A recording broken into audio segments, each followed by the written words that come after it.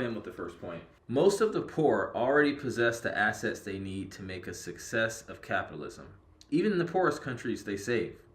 The value of saving among the poor is 40 times, but they hold these resources in defective forms, houses built on land whose ownership rights are not adequately recorded, unincorporated businesses with undefined liability, industries located where financiers and investors cannot see them. Because the rights to these possessions are not adequately documented, these assets cannot readily be turned into capital, cannot be traded outside of the narrow local circles where people know and trust each other. They can't be used as collateral for a loan, and they can't be used as a share against an investment. In the West, by contrast, every parcel of land, every building, every piece of equipment or store of inventories is represented in a property document that is a visible sign of a vast hidden process that connects all of these assets to the rest of the economy. Thanks to this representational process, assets can lead an invisible, parallel life alongside their material existence. They can be used as collateral for credit. The single most important source of funds for new businesses in the U.S. is a mortgage on the entrepreneur's house. That's too much, huh? You read the whole book? We'll just stop there.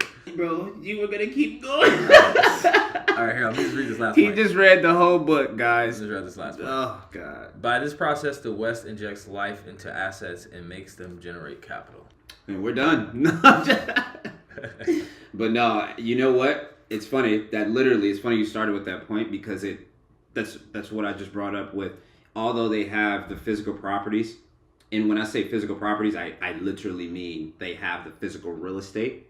They haven't developed the mechanisms that are abstracted from the physicality of the real estate to be able to move, earn yield, properly track. And it all starts with tracking, really. And that's why title and escrow services are so essential to the real estate industry, because you have to be able to properly track and properly store that data somewhere. So yeah, that just kind of, reinforces that first point that we found a way to abstract value that we can't see from a physical asset that can't be moved, that isn't changing the physical nature of it when it's changing hands, but we found a way to move these properties across the world while keeping them in the same place, which is amazing. Yeah, guys, one of a good quote that it's kind of related to this, but not. They say what gets measured gets done. If you look at it through this context, if you're not measuring something or keeping track of something in a way where everyone sees it or agrees on it, like it just said, you can't use it as collateral. You can't use it as anything. Just to give you a practical example, you know how you guys see like the NBA arenas or like the NFL arenas, and they'll give out like naming rights. The first arena to do that was the Lakers arena, the Forum. Jerry Buss in the documentary was talking about how he was like running out of money, so he was looking for creative ways to generate capital. So he thought, I think it was Northwestern, some Western. He named it the Great Western Forum, and he gave them naming rights, and they paid him millions of dollars, and then everyone else did that. Now, if it wasn't for a property system where he can prove that he owned that building, he wouldn't have been able to add that layer on top of it and extract capital by just giving them a naming rights to a building that he owns. So proving ownership of something offers a lot of different creative financing and just ways you can generate capital. Yeah, no, that's a super great point. And, to be clear as well, so other countries that are not developed or developing, they do have ways of proving ownership, right? They have ways of provenance. The problem is the fragmentation that comes along with the way they do things.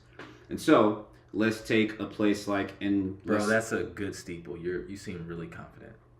Go ahead. So let's start here. No, but so let's take a place like Haiti, for example, right? I am 100% certain that a lot of owners of properties in shanty towns, for example, they have documents or some type of symbol that shows that, hey, this is my land, okay? Right here is my boundary, and then here's where your boundaries start. And so they do have some record keeping. It's just the fragmentation because that way is not adopted in the actual legal framework. And so that's why you have what you call extra legals. And so you got the favelas in Brazil, for example, you got the shanty towns in Haiti, and I'm not familiar with the other terms, but you get my point there.